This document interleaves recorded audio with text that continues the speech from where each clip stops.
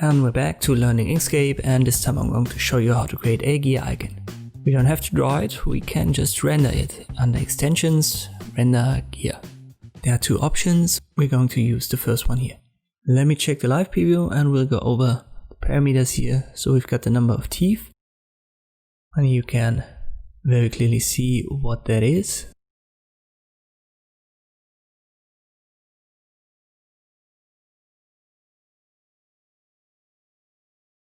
Let us have 24, that looks fine for this size. The circular pitch is the to size, so we can increase that.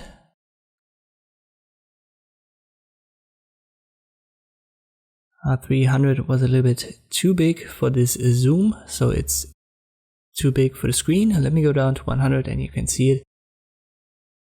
So that's the way to adjust the size. We go down to 50. The pressure angle, it can range from 10 to 30 degrees. So if I go down to 10, which is the lowest, you can see that it flattens these teeth. And the max is, as I've said, at 30 degrees, so it gets a little bit more edgy here. You've got a diameter for the center hole.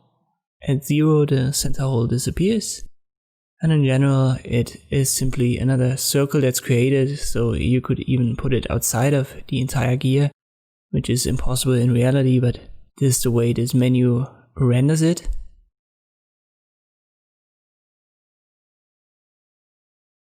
And for the units, you could also use, for example, inches and millimeters. When you've got what you want, click on apply. And you can treat it as a regular object. So if I give it a fill, you can see clearly that the center circle is simply rendered on top of it. And in general, it's just strokes. So you can select it and then go to object, fill and stroke, and adjust the stroke if you want to. And this is how you can quickly create a gear in Inkscape. Thanks for watching, and I'll see you next time.